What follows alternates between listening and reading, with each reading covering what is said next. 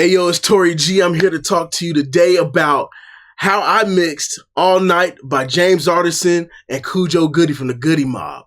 Let's go ahead and show you the first hook and verse, and then we'll get into what I did for the mix. Cause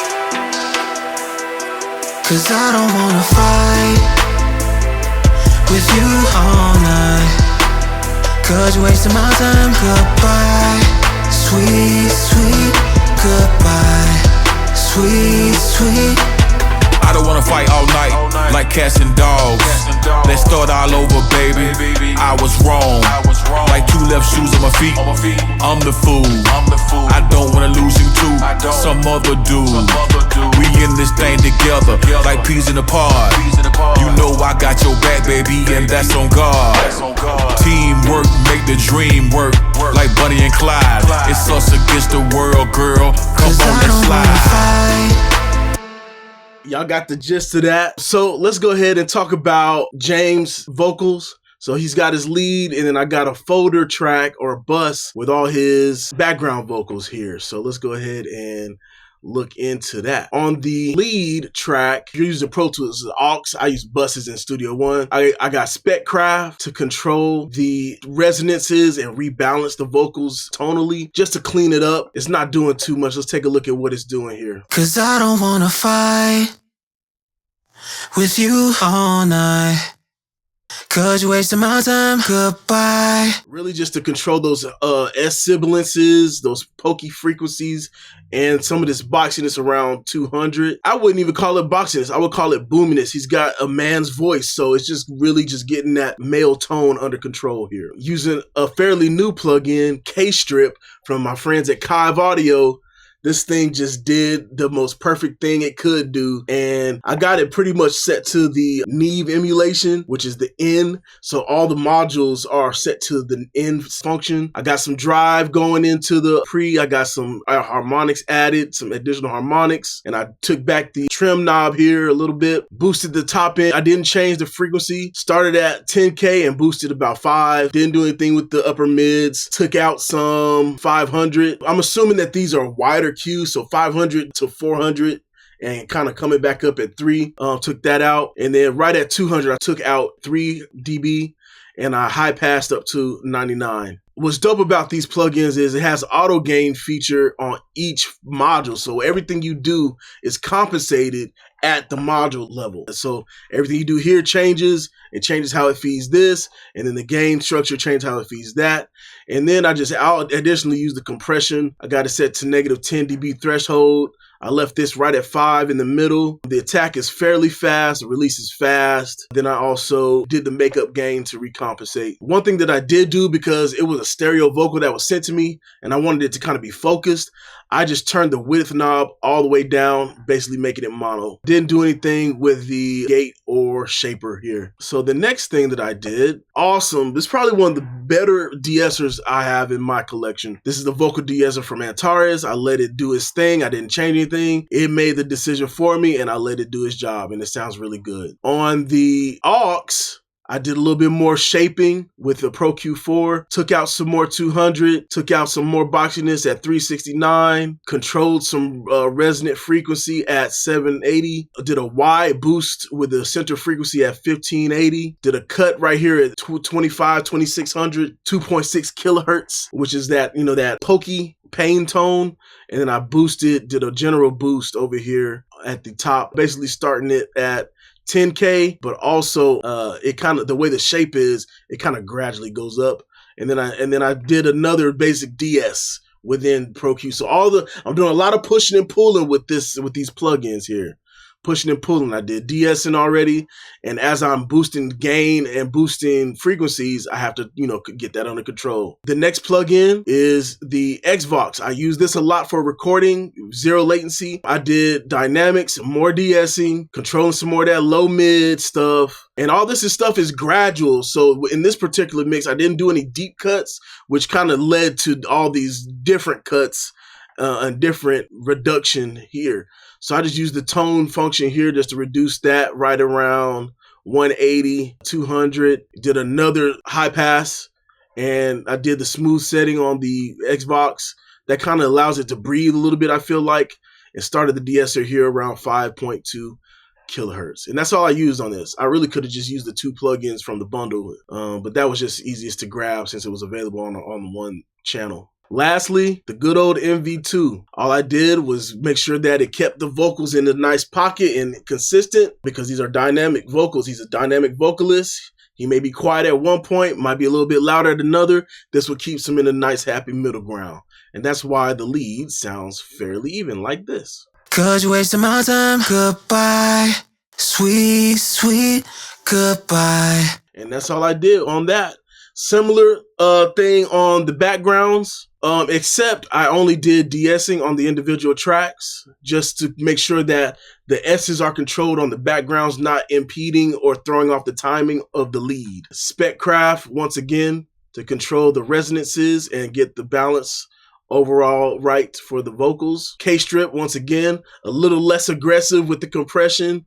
Everything else was the same, except the width knob. I left that wide. Xvox, I got this again. Boosted some of the upper mids. De-essed a little bit more heavily. Added some color from the vocal bus compressor setting. Added reverb and added a chorus effect to kind of give it a little bit more of a bed or wall of sound here. And that's what I did on the hook bus. Let's talk about the effects that I use for the song. So my approach is pretty minimalistic. All the vocals are going to go to the same effect bus for the most part, unless there's like something special going on. So what I did was basically just consolidate everything to the main things, which kind of also makes everything feel like it's in the same studio, same space, right? So I got a long verb, short verb, parallel compressor, vocal spreader, a silk thing that I got from one of my friends, and a side chain. All right, so let's talk about the long reverb. So EQ, I didn't do anything on the EQ. I used the new BX Aura for the reverb, did some ducking, just getting the reverb pushed back when the main vocals come through. Shaped it here, made sure that we had some space for the vocals to live and let the reverb have its own little corner and shape the tone. I didn't really do too much of the settings here. I just kind of made sure that everything was set the way I felt like it sounded right. I probably added some drive to make it a little bit more thick. And then I have Ozone Dynamics, which can be a multi-band compressor, and I just had to control the top end, upper mids, and most of the low end just to keep it under control for the reverb. The next one I have is a short reverb here, just a simple room reverb from Studio One. Just made everything real short just to make sure that it gives it a depth of field, makes it like it's right in front of you but still in a room. Let's just take a listen of how those reverbs sound. So here's the long reverb.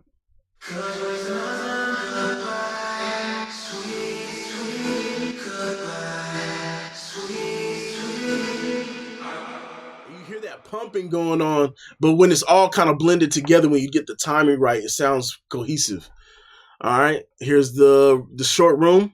'Cause you're wasting my time. Goodbye, sweet, sweet goodbye.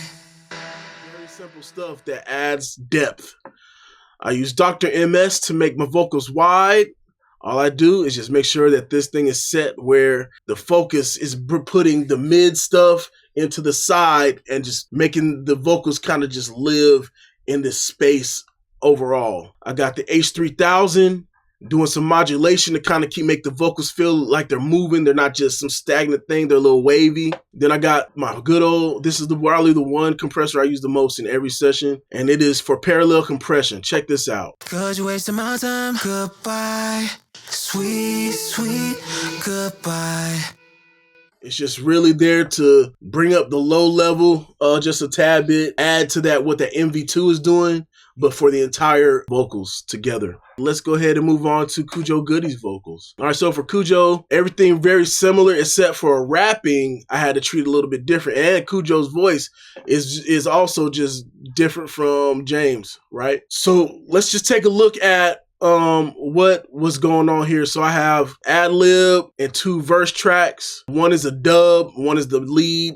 So let's just hear what's going on real quick with that. I don't wanna fight all night like cats and dogs. Let's start all over, baby. I was wrong. Like All right, so let's go ahead and talk about the lead. lead vocal, did some de-essing, did some similar stuff. I guess, like if you start to notice that you're taking out certain frequencies on all the tracks, on all the vocals within a song, it's probably because that's the most consistent tone that everybody's kind of hitting. And if you can make it work together or control it or boost it all in the same, like you start noticing you're boosting the same frequency on even different vocals, that just means that's like the song frequency. At least for me, the song's frequency probably is like right here. So we're just kind of controlling it and get everything under control. Get everything to kind of feel cohesive. Took some boxing this out at 369. It could also mean that they recorded in the same studio and the microphone had the same problem or the same microphone response in those areas. And then I boosted some low end on his right around 150. I needed him to feel, a little bit more thick. I wasn't happy with what the microphone did, so I just did that. De-esser again, RVox on this one. Oh look, nothing's going on with RVox. It might not even be doing nothing. MV2's not even doing anything. That's funny. I guess it was just doing enough. Or, I see, I did most of the work here on the bus. So let's go ahead and move to the dubs. So the dubs, the dub track was literally one vocal, but I wanted it to sound like it was two vocals instead of one. So I'm pretty sure the EQ is not the same. I rolled off a lot just so that it could fit right underneath. I did this for two things. I wrote off all this top end for two reasons. One, to kind of let it sit underneath the main track. And two, it's kind of like the science behind it. If you're listening to vocals and the sibilances and the mouth clicks are all going on at the same time, it makes it feel like everything's kind of off. If things are all kind of not hitting at the same point in time. So simply just heavily de-essing the dubs or backgrounds or just rolling off the top end will give the impression that everything is kind of still within that same pocket. Otherwise, you can use a vocal alignment. You could do it manually or use vocal line. I typically use vocal line, but in this case, I felt like the vocal line was too robotic, so I just did this trick. This is probably the greatest double tracker I've ever used, doubler. I just put on baritone mode because that sounds like his voice, and it sounded great. Added that, gave me that wide double tracks feeling. So the next thing after the duo, I used the 76 to just kind of control all that. And let's take a listen. I don't want to fight all night like cats and dogs. Let's start all over, baby. I was wrong. Real easy, real simple. Real easy, real simple. And then for the ad-libs, DS, notice the EQ is the same. DS again. Cut out the resonances. Cut out the boxiness right here for around 4K and 2K. And then I used the Xvox. I used the Neptune preset and just made it my own. This Mega Modest was making it sound spacey. Added his own delay and reverb in there. Did the high pass and low pass. Made it extra airy. This air band here is basically for saturation. And I just basically saturated everything going up, but still cut it so that it does a special thing, right? It makes everything kind of stand up, but when I roll it off, it makes it kind of be more controlled. Compressed it heavily, de-essed it some more. I did a lot of compression because these ad-libs, I wanted them to be what they are and then out of the way. I don't want nobody guessing what he's saying in the back, and boom. So let's take a listen at these ad-libs. All night, cats and dogs. Baby, I was wrong. On my feet, I'm the fool. And I just let it do its thing with that. What you're hearing right now is panning automation. All I did there was hit A on the keyboard in Studio One and just pan left and right, all this stuff to make the ad-libs move around. And so, with that being said, on the mix bus, I didn't do too much mix bus processing with this one. Didn't even do anything with the EQ. All I did was add the good old orange clip. Clipped it at 5 dB, 5 dB of clipping, left everything else the same. Very simple, very, very simple. And then that was the mix bus. So I did master this in the session. Let's go ahead and take a look. Got the good old Soundtech from Make Believe, boosted at 2K. just to give everything an excitement. Now what I did here was I made the band really, really wide, so it's not like just this pointy 2K frequency. The center is the 2K, but the overall lift happens to the upper mids. Same thing for the going into the high end.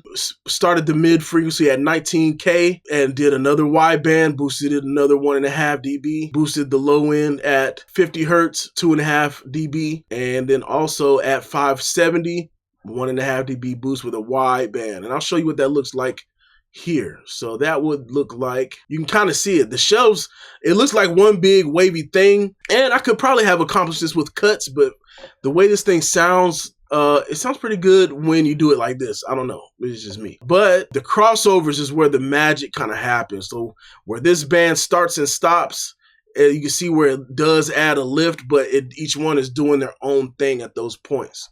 And that kind of helps, that kind of actually induces character. I got the black box EQ, boosted some more low end. I needed some more tightness, some more goodness from the low end.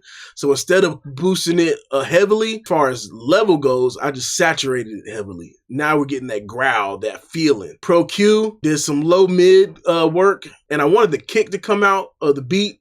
So I did an upwards compression or upwards expansion to this with the band in Pro Q4, cleaned up at 146, did another wide boost at 379, cut heavily at 430, small boost at 18K, and then just rolled all the extremes off. And then on to the master plan. This is the finisher.